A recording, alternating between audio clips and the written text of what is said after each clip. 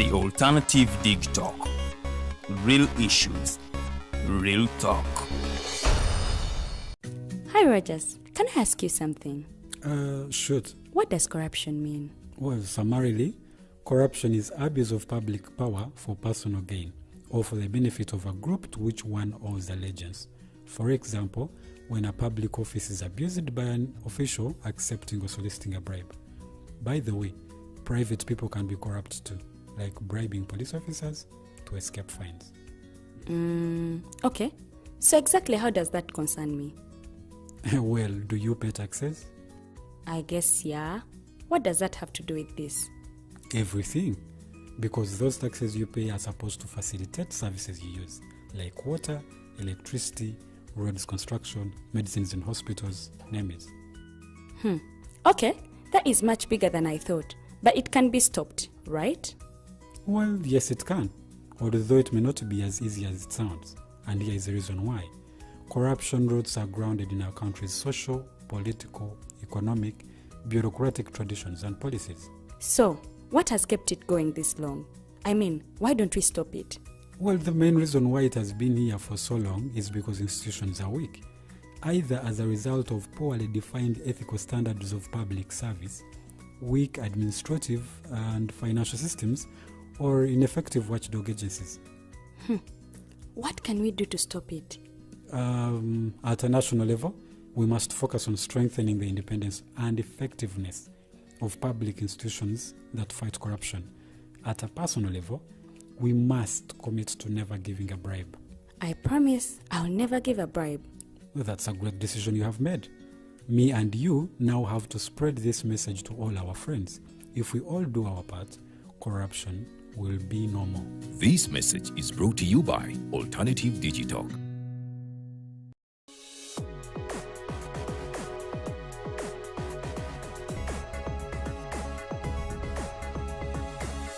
The Alternative Dig Talk. Real issues, real talk.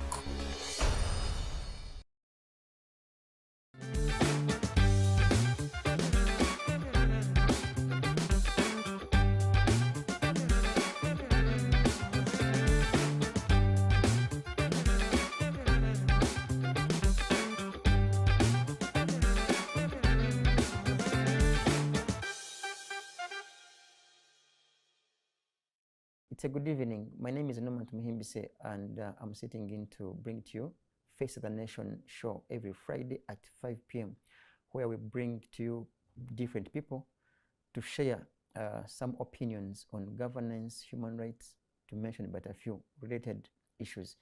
We stream live on our social media handles. That's on Facebook, it's The Alternative Uganda Facebook page, Digitalk TV, also on Facebook, and on YouTube, The Alternative Uganda. You can subscribe and follow all that we do.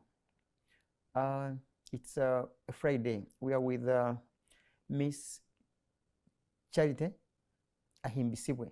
She's the ED of Electoral Laws and Governance Institute.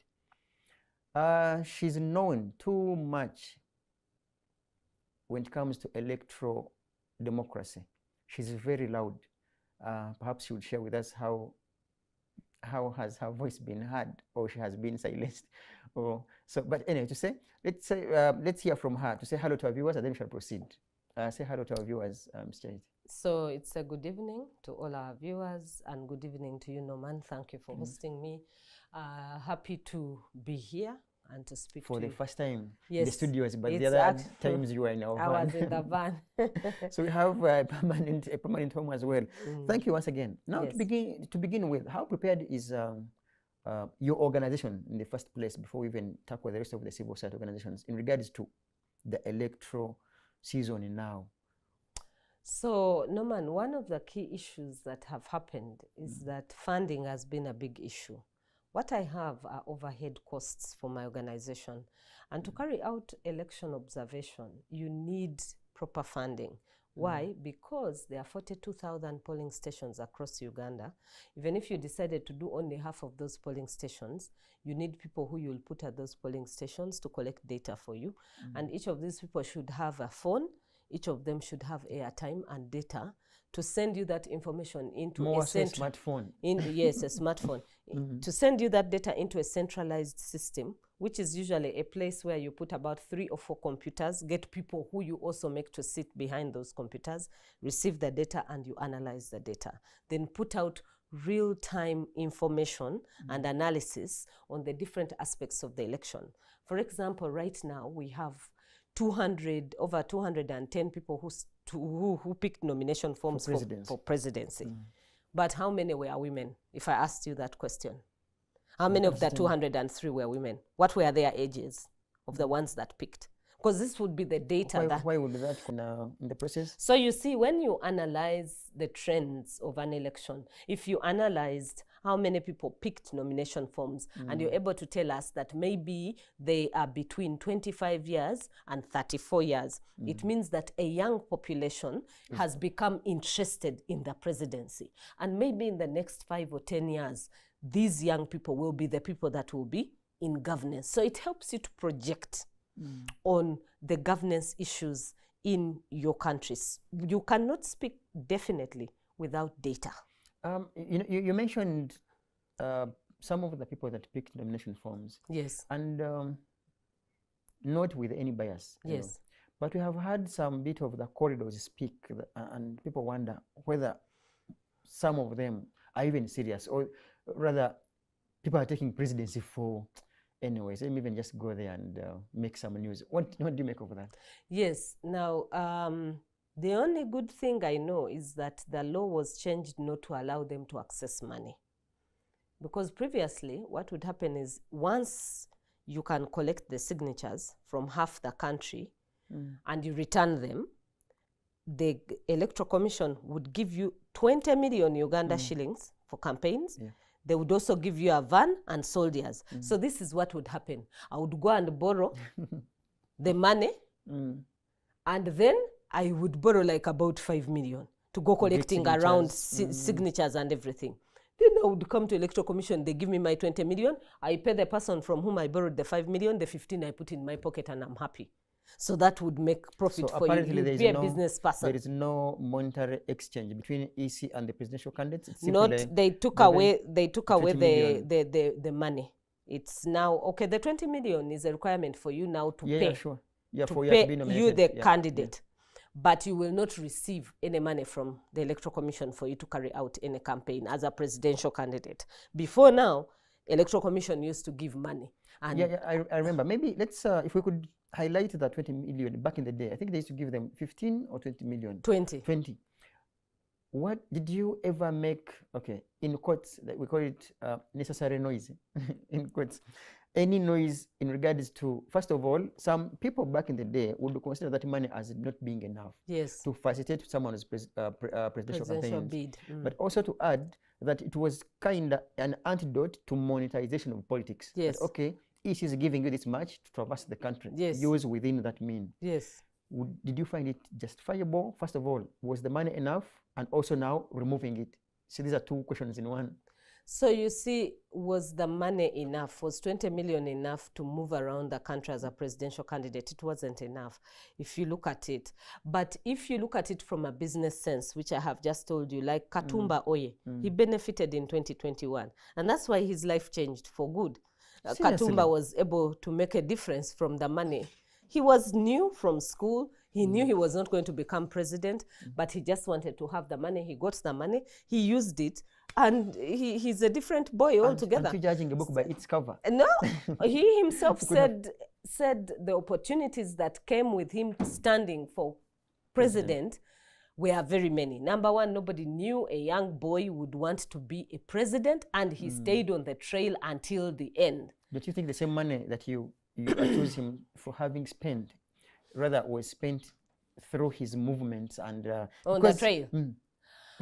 Oh, well, he didn't give us accountability. You see, at what the end of the law requires that they give accountability for this money. You see, all the money that is given by Electoral Commission is the taxpayers' money. Who do we fault for not? The Electoral Commission. Not having him on the Electoral Commission. Because the Electoral Commission is the one that is supposed to collect the accountabilities the books of audit. You will also notice that for the money that they pay them for iPod, or the National Consultative Forum. They give political parties money. Every political party that is represented in the House is paid. Is paid. NUP, I think, got like 1.4 billion. Even NRM got 2 point something billion. All that money was not accounted for up to now. Electoral Commission should have demanded for that accountability before they release more money. But they are releasing a new set of money to political parties. They'll be giving ant money. They'll be giving... Would you now say that EC is sleeping on the job? Yes, I would say that. I would say that some of the duties that EC has to carry out, they have not done them. And every time the electoral body fails on its duty, then it spoils the democratic process, and it also compromises the participants. In line with your organization's objectives, for instance, yes, and or assignments, for lack of another word, have you reached out or written to EC highlighting that, look, this is our money as taxpayers, why haven't you held all the political parties, as you mentioned them, accountable?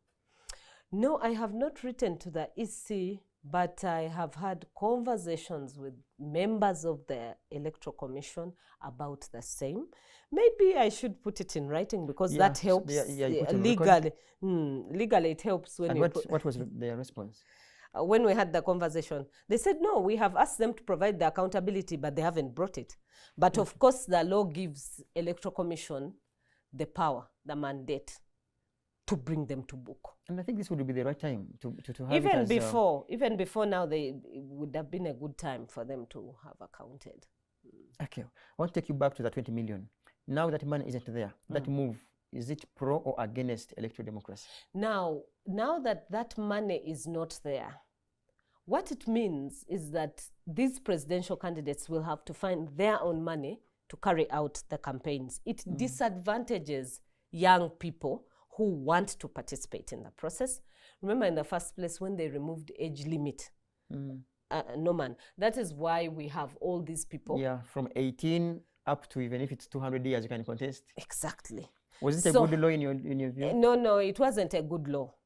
We had safety nets. The two safety nets were age limit and term limit. Now, the two safety nets were taken away. Now, because of that removal of age limit, you've seen what has happened to the presidency. A man comes up and tells you, for me, God has told me to marry from the 4 regions of Uganda, and then I become the president of Uganda, because each woman will help me to jail with each of the regions of Uganda. Very trivial matters is what they were raising. You see, ideally, when you choose to be a presidential candidate, you should come when you already have a manifesto of sorts. You have a roadmap, you have a manifesto, you have something that you're going to tell the citizens of the country that you're going to do for them. So if you looked at Bwanika when he stood to be president of Uganda, 26, I think, yeah, Abed Bwanika. Yeah. Look at... honestly speaking, it's been on record. Perhaps it could be the same opinion that we share. He had one of the best manifestos. Yes. It's known. Yes. Save for his other faults. Yes. In case they are. But he had the best manifesto. Yes. So he had a very good manifesto. And I don't know why the NRM did not pick some of those ideals which were in that manifesto and utilize them in the term that they took.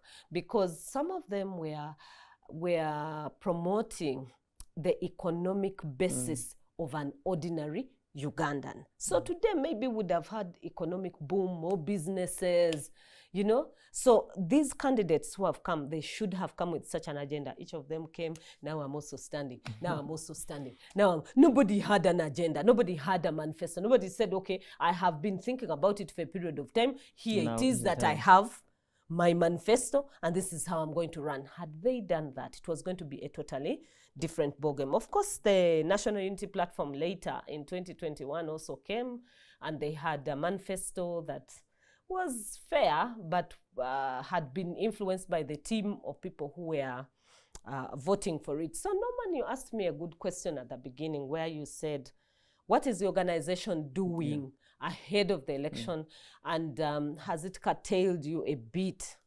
And I want to say that, you know, from a very data-centered spot, it has curtailed the work that I do if we don't have funding. Voter education, which is a requirement which the judges spoke about from 2001. The court ruling of 2001 talks about voter education. The court ruling of 2006 talks about it. The court ruling of 2016, of course, 2011, we had walk to work. Then now, 2021, the botched court process. So, but the rulings that are there that exist. Are those recommendations by the Supreme Court? The recommendation number 1 is improvement in voter and civic education, which has been ignored. But you have done, back in the day when you were in another organization that did the same work. Yes. You did lots of voter education. But the electorate, sadly, doesn't seem to change. Is it their problem or it's your problem? You, in general, as CSOs, is it the vote? Are you teaching dull students or you are the dull teachers? But I also want to think, you asked me that question and I had to first stop, Normaan. Why? Because in a second, we have to think about the environment. But it's okay. Yeah, I was about to say, you have been in this work for great years. Yes, it's 8 years now. To date, still people vote rice. Yes. They vote a chunk, a yes. chifi, Yes. if you know Uganda, Yes. They still vote omudigido. Have a disco, people will vote. They vote waraji. And waraji. In fact, you saw it. NRM primaries. Yes. So again, they gave them waraji of 2000 and they Are you teaching dull students or you are the dull teachers? Proceed. Normaan, so yes, I want to tell you about the context. I don't know whether the students are necessarily dull or the teachers have a fault. Or both are dull. I want to think about the context. Why the context? Because the context in which an election is held matters. Ugandans are saying, all the 5 years, I cannot access my MP. I cannot therefore access money from this MP. But here he has come looking for my vote this time round, and it's the only time I have to get money from him. It is a wrong attitude, but the context is such that it has encouraged it. The NRM primaries did not help. They've just shown that bribery is okay, and yet the law is against bribery, and you know that the penal code even criminalizes it. There is a crime for the one that asks for the bribe and the one that receives the bribe, which therefore means that if it were a government or the context had been that everyone who carries out bribery has been brought to book, that courts have tried them and the elections have been overturned. If we had at least 4 or 5 elections overturned, we do have a precedent of Joyce Bagala and the Minister of Lands. Nabakoa. Yeah. Yes, we do have that precedent. The election was overturned over questions of voter bribery. But to prove voter bribery in court is also not a simple job. It's a very enormous... Getting witnesses themselves. Yes, and the evidence itself. Because you just saw what the NRM tribunal did. The NRM tribunal asked the candidates themselves to produce evidence of voter bribery, even where they produced videos. Admissibility of videos has a standard that has been set by court, and it is a difficult standard. So if the context was a bit different, I'll give you the example of what I mean by context. In Kenya, their elections are also money-riddled. Their elections have a lot of trade. So we'll meet back door, me and you, and we transact. And we agree that me, Normaan, you allow me to go here. I will give you this, I will give you a cow, I will give you this, and I will pay for it. But the Kenyan voter knows what he wants. And the Kenyan voter has not been intimidated by the military. The Kenyan voter has not been abducted and necessarily got lost. At least in the past, it wasn't like that. It's probably starting right now with Ruto. He's picked very good lessons from Uganda. And you can see that he's really changing his terrain very fast. But before now, the police and the military, as 2 key institutions that promote electoral democracy, were working for the ordinary Kenyan citizen.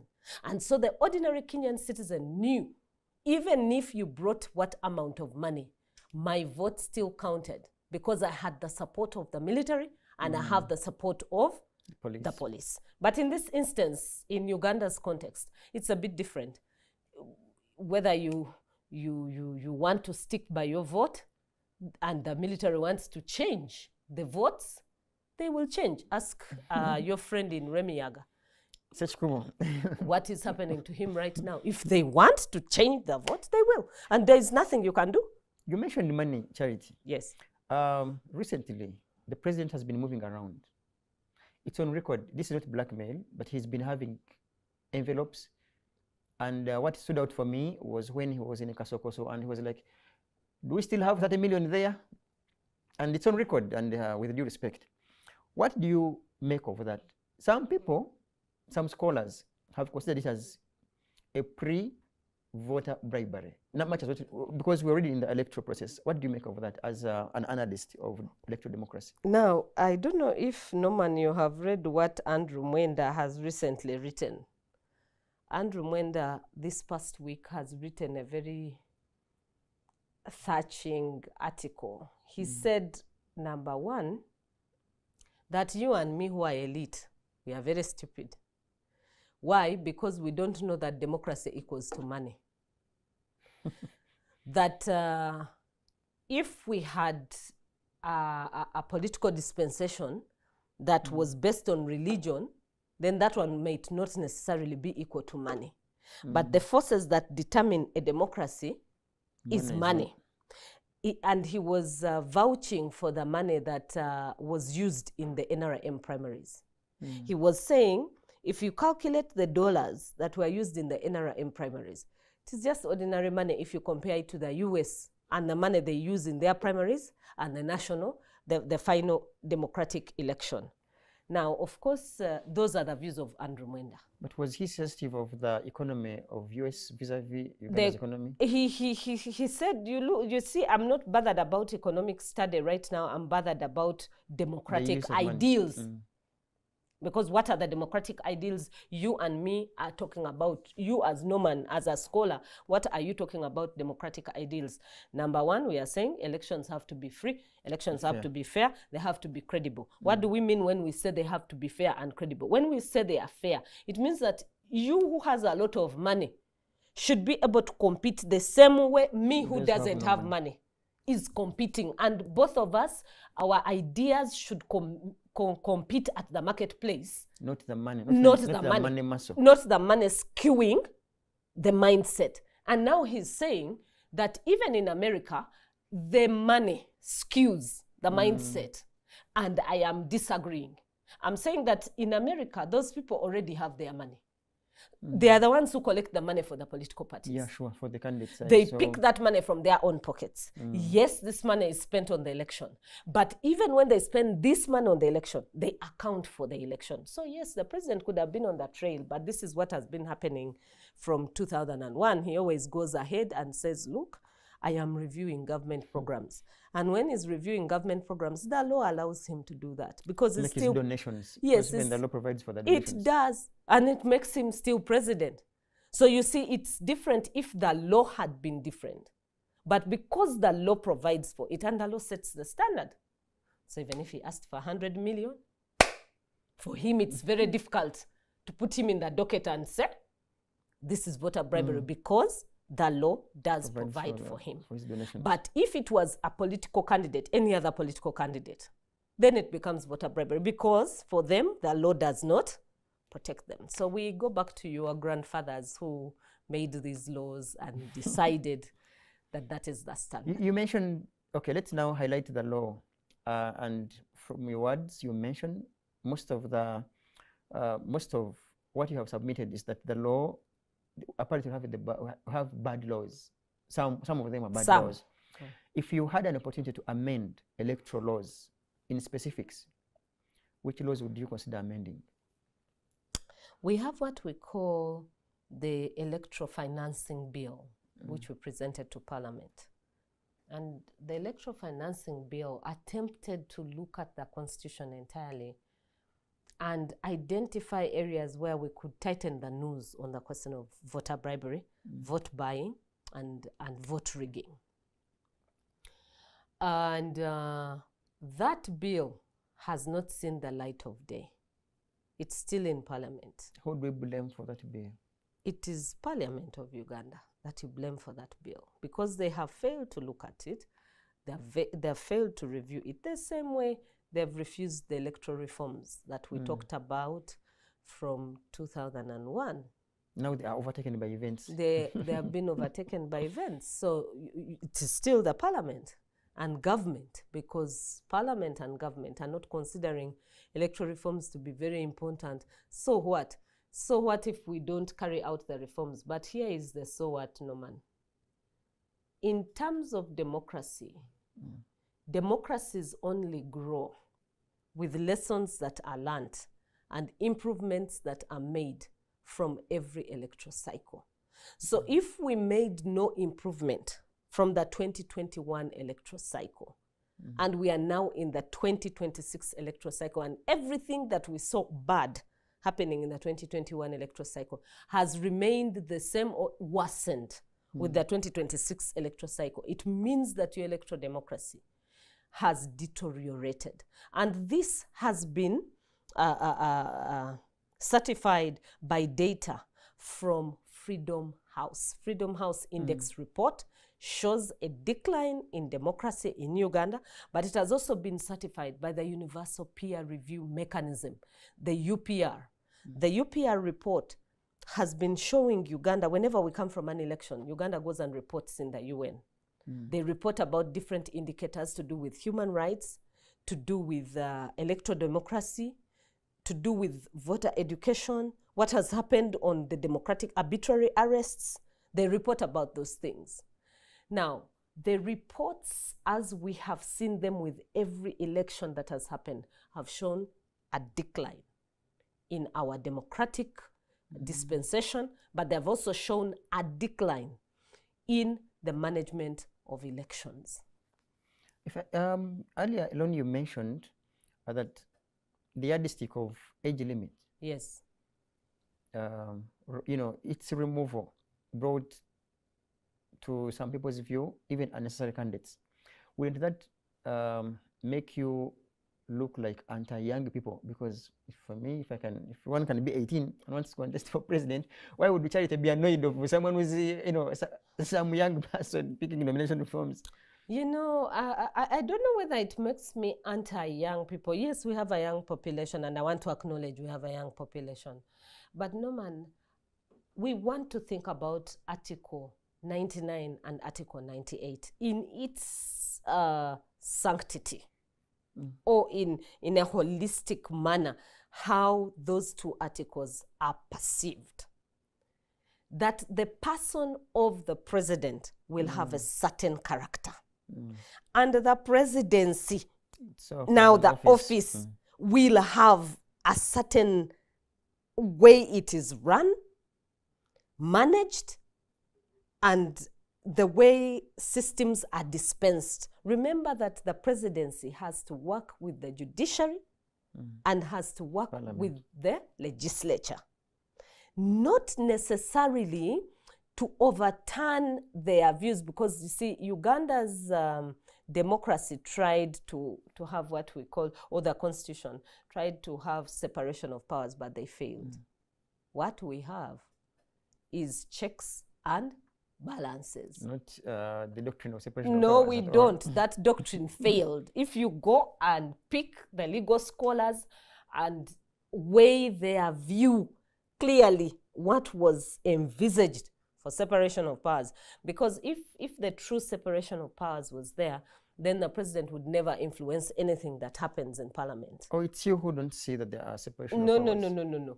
From everything that we have in Uganda and from the way our law books exist right now, what we have from the three arms of government is simply checking each other. You just do a bit of checks and balances, and some check others more than the others check them.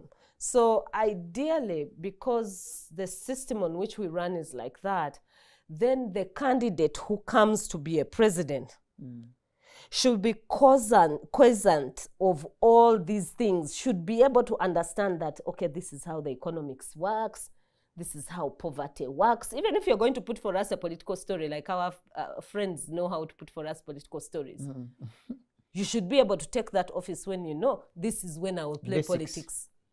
And this is when I will be dealing with the real issue. But if so, you come and you're 30 years, you're 24 years, you have no experience, you have no knowledge, because you see, even in civil service, when it is technical people who are not necessarily just politicians, we do ask for experience. Now, for politicians, we might not need experience, and that is why it is S6 for member of parliament.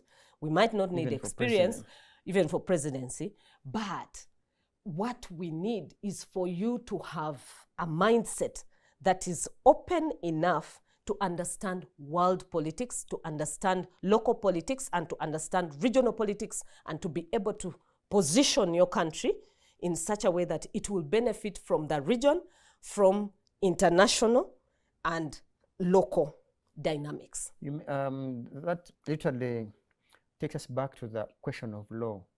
What specific laws, as a lawyer, would you have in place to ensure this is a sieving process for a presidential candidate or even any other candidate?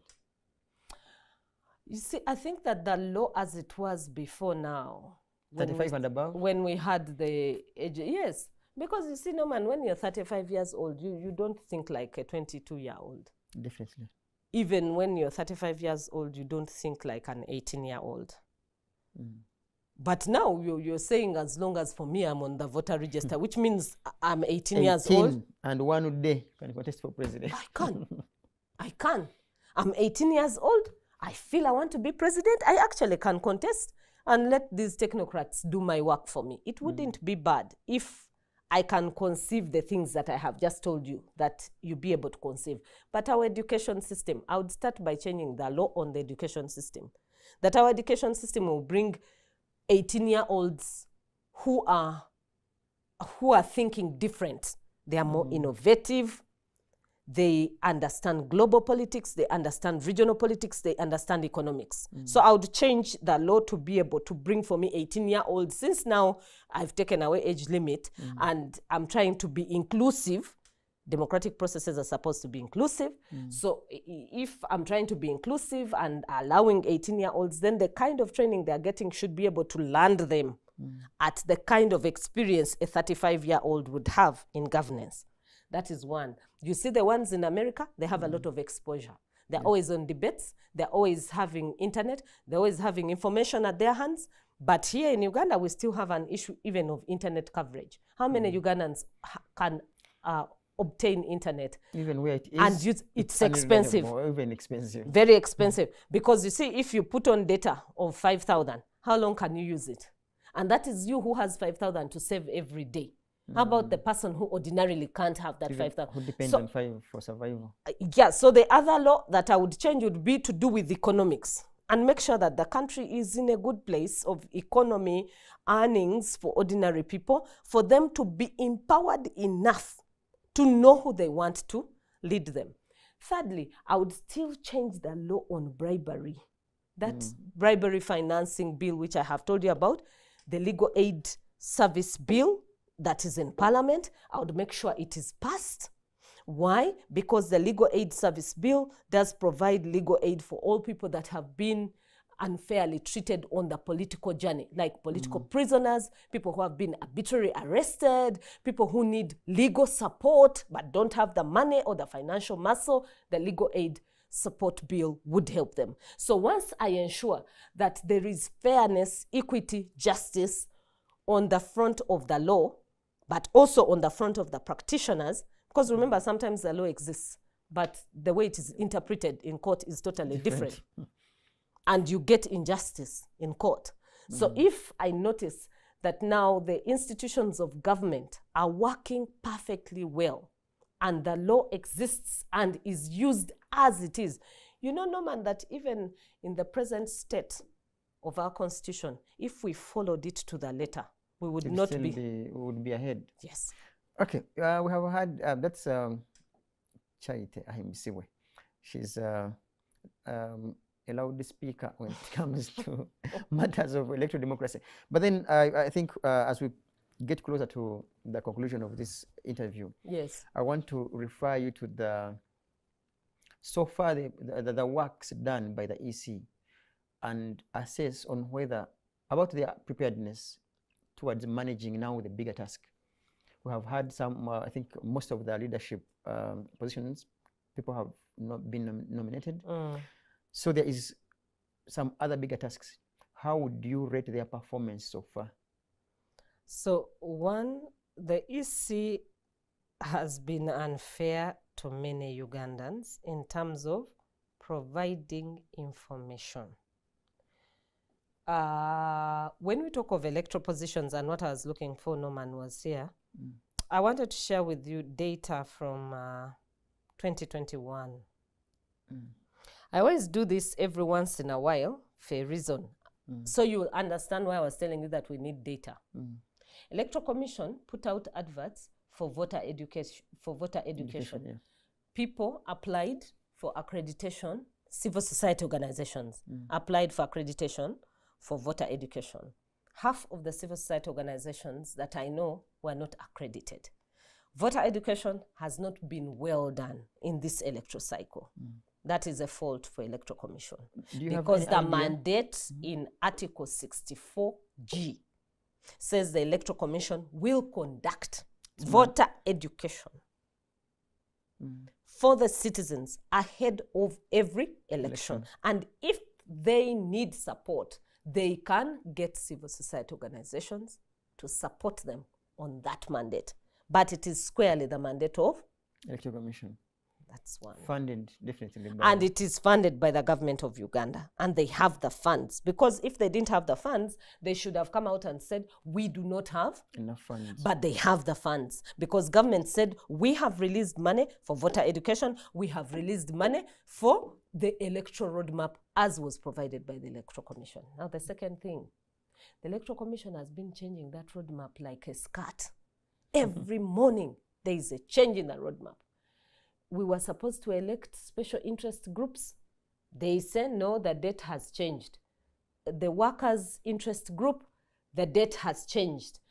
There's been a lot of changing of the roadmap. Now, you see, a roadmap is like a contract between the Electoral Commission and the citizens and other stakeholders. Stakeholders such as election observers, stakeholders such as civil society organizations, who look at the milestones on the roadmap and follow to see if the Electoral Commission has achieved those milestones. That's the reason for putting the milestones on the roadmap. It's the reason for putting out the roadmap, to say, this is what we're going to do by this date. Now, Normaan, if you've been following the news, you will notice that there are people who have said they've gone to the National Voters Register and discovered their names were not there, and yet they participated in the display and the update process. So what happened to those voters? Has the Electoral Commission come out to explain anything? No, they have been quiet. And so you're asking me, how has the Electoral Commission performed? That is how they have performed. That people have been going for nominations as councillors, and they put people on their register, they put people as the people backing them.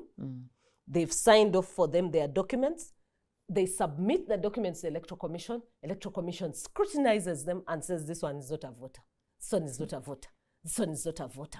Now, once that happens, it means there was an information gap, a gap during the update process. And civil societies did not report anything about that process of update, which we did in 2016, which we did in 2001, we did it in 2006. Why we were reporting about the voter update process was to help the people know, and people were being mobilized. People used to walk around Bizindalo in the villages. Just megaphones. And call people to say there is an update process happening. If you don't go, it means you're not going to be on the register. And once you're not there, there are many activities you cannot participate in. So now the Electoral Commission needs to come out and tell voters who is on, who is not on, by displaying that register on the website. It is a requirement. It's a legal requirement. It's also a legal requirement that the Electoral Commission puts the data of whoever was picking nomination forms. That data is supposed to be up on their website. Why? It is part of the processes of making the process transparent. But when they sit on data and people cannot access the information, then the process is not transparent. And when the process is not transparent, the process is not credible. When the process is not credible, then it cannot be trusted. You get it, Normaan? The things move together. One sequence connects onto the other. Yes. But then, Charity, you mentioned that the civil society hasn't done the civic education. No. This Voter, because they voter were education. not accredited. Is that the excuse for which all of you haven't, most of you haven't done the voter education? Yes, that is a major excuse, because the law requires that for you to carry out voter education or even to observe elections, you must obtain accreditation from the EC. Yes. So on behalf of the civil society, for instance, did you ever make any efforts to talk to the EC itself? Yes, we in have. regard to this, what you consider, I'm even trying to look for the word, like insufficient accreditation, half of your organizations. Yes. So do you reach out to EC, and what was their response? We have had conversations with the EC, but they promised they were going to call a bigger meeting, which hasn't happened, because I think also civil society has been reluctant to squeeze the EC or to follow through the EC. I don't know why. I also want to blame the civil society a bit. Okay, I know why. The reason is because in 2021, civil society organizations, even those that had been accredited, were persecuted by the EC. Some people were arrested. You know that I was also arrested in one day. So different actors were arrested. Or you were poking your nose in what is beyond your mandate. Because sometimes no, we were not poking our nostrils beyond our mandate. We were poking our nostrils in only the data that was available. Sometimes you, civil society, want to be like sniffer dogs. You want to sniff around for everything. For everything. And maybe that could cause trouble. So perhaps you might have poked your nose into what was beyond your mandate. And you see, number one, we were being accused of being operatives for the Western economies. Agents of the West. Yes, and we are still agents of the West up to now. I wonder, I wish I could be an agent of the West, because I would be having dollars, Normaan. Right now, I would just be unleashing for you some of the dollars. But I want to run over this data. Sure. In our next 4 minutes, we close. Number one, if you look at the 2021 election, and I just want to show you the percentages in terms of representation between men and women, and why the EC should have prioritized voter education and mindset change for the community concerning the question of gender. For me, as a board chairperson of the Uganda Media Women's Association, we shall be looking at the question of gender, and that is why I'm trying to show you this data. So from 2021, in Acholi region, 10 people were elected as female members of parliament. 18 were men. That made it 28 from that region. In Bukedi, we had 8 females, 21 males. In Bunyoro, we had 12 females and 16 men.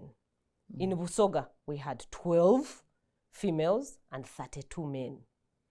In West Ankole, we had 9 females and 21 males. Now, this data helps you to see, it paints the picture better. A national picture of how many female leaders are coming on board vis-a-vis men. Now, this I have only picked to do with gender. But we look at different aspects. Civil society really looks at different aspects. We look at the political context. We look at the arbitrary. I'll tell you, for example, in 2021, the presidential candidates had 60 times in which they could campaign. 60 times in which they could campaign at different locations to voters. And 55 times of those 60 times, this Patrick Amuriat Oboy was arrested by the police. And tear gassed. So a presidential candidate could not fulfill the 60 times the of 60 times before the voters. So that then projects, it tells you that this was a violent election because it wasn't allowing candidates, some of the candidates, to participate freely. And I have data to do with Tumukunde. I have data to do with all the candidates that stood in 2021. But also, Charity, in your heart of hearts, do you think that even if they had allowed such candidates to, to reach elsewhere that they wanted, that they would make a very big, significant difference, for crying out loud. Because there are some candidates that had like a 10,000 votes. Like even if they had allowed them, even if they had moved all over, do you think that would, or it's just for purposes of having, you people, okay, your reports, like, at least they reached there. Oh, no, man. What did I tell you? That an election has to be what? Free, fair, did you mention transparent, credible? So that's what very good student. That is Article 61. So, tell me. So that kills the credibility of the entire process. It kills the fairness of the process. Let's use our 3 also means to close with these questions. First of all, I know you are a Christian. So with our cameras there, you should tell the public those crystal successes by EC. Because they should be there, most likely. They are. By and large, they should be. What has EC done that in your view, like you will credit them? Okay. The success number 1 is that people have been nominated. Because it would have been unfortunate if they asked for nominations and people were not nominated. So that is a big success. Big credit. Secondly, they have a voters register. They have only not displayed it to, or even updated it to the letter? Uploaded it onto the website and given it to Ugandans as a whole. But they have the register. You see, a clean election begins with a voters register. So if they have a register, then that is also another credit. It's a credit. They displayed it, they updated it, they went to the community. That is a credit to them. Another credit, because you said you're a Christian. I credit them all. To tell the truth as a Christian. Because you see, there is nothing that I said on the show which was a lie. Because another credit for the Electoral Commission is that even when they have changed the roadmap as many times as I have told you that they have changed, they've been able to communicate that change. There is a possibility of changing and not communicating that change. Yeah, sure. But they changed and communicated the public. The change. The only thing they did not do is to consult the stakeholders ahead of the changes. So they would change as them. But the body does not, the law does not mandate them to change as themselves alone. The law envisages elections as a collective process. So if you're going to change, it's like a man and a wife in the home. You, the man, you're just taking decisions alone. Your woman, you don't tell her anything. She just wakes up tomorrow and says, we are going to America. Okay, now tomorrow we are going to Bukoma and Simbi. Tomorrow. This is becoming a dictatorial man. Exactly. Out of 10, rate them. I'll give you our last question and then we... I think out of 10, if I had to rate them, and really I am being... very generous to rate them like this. I'll rate them at 6 out of 10. It means that there is a 4. Above average. Yes. At least now. I've said I'm being very generous. And I'm sure they would be shocked that I've rated them at 6 out of 10. But yes, I would rate them at 6 out of 10. Make 2 calls. 3 calls.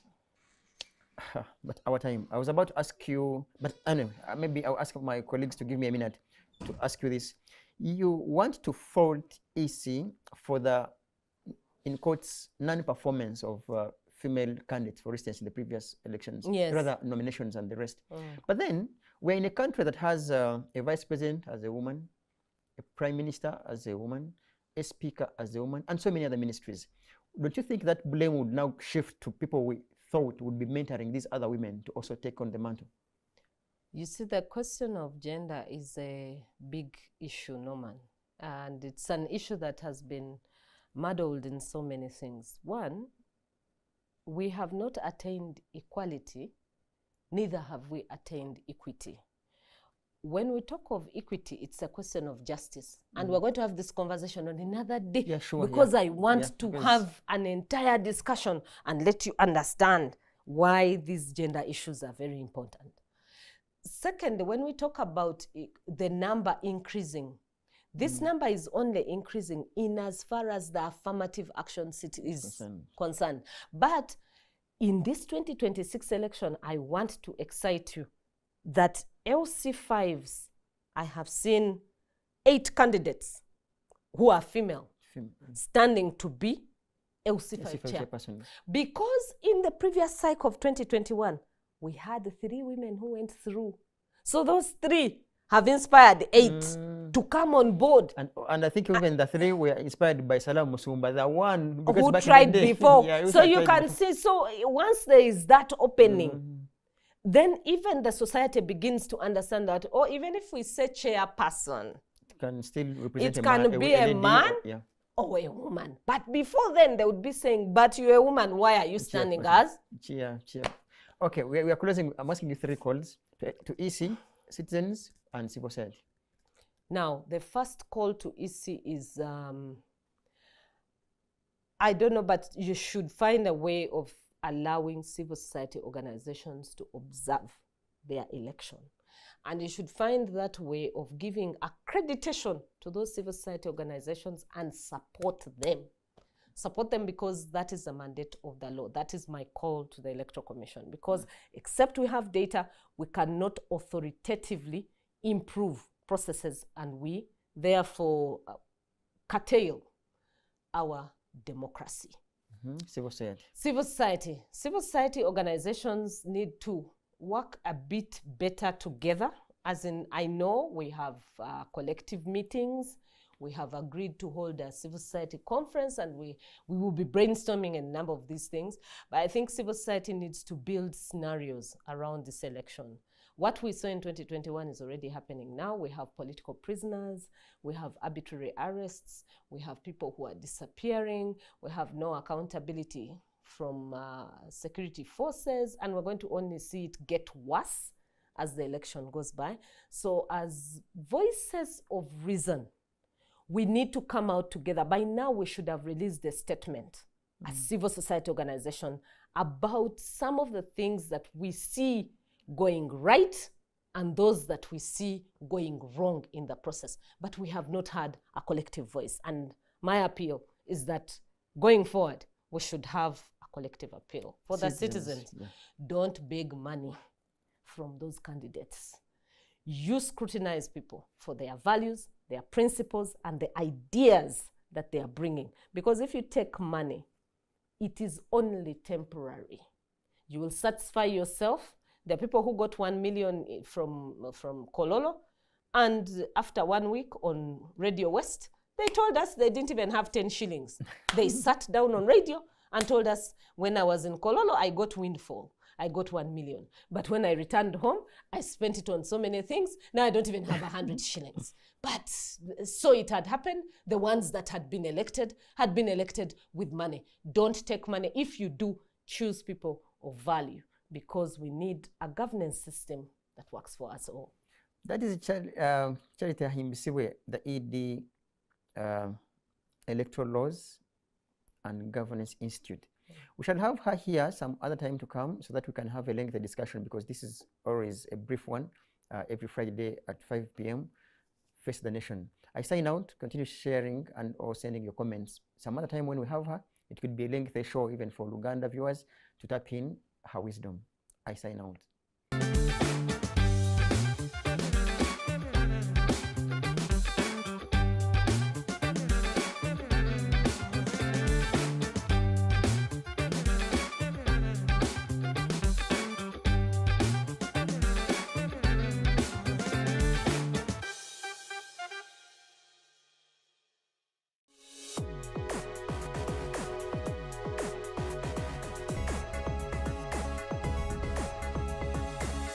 The Alternative Dig Talk. Real issues, real talk.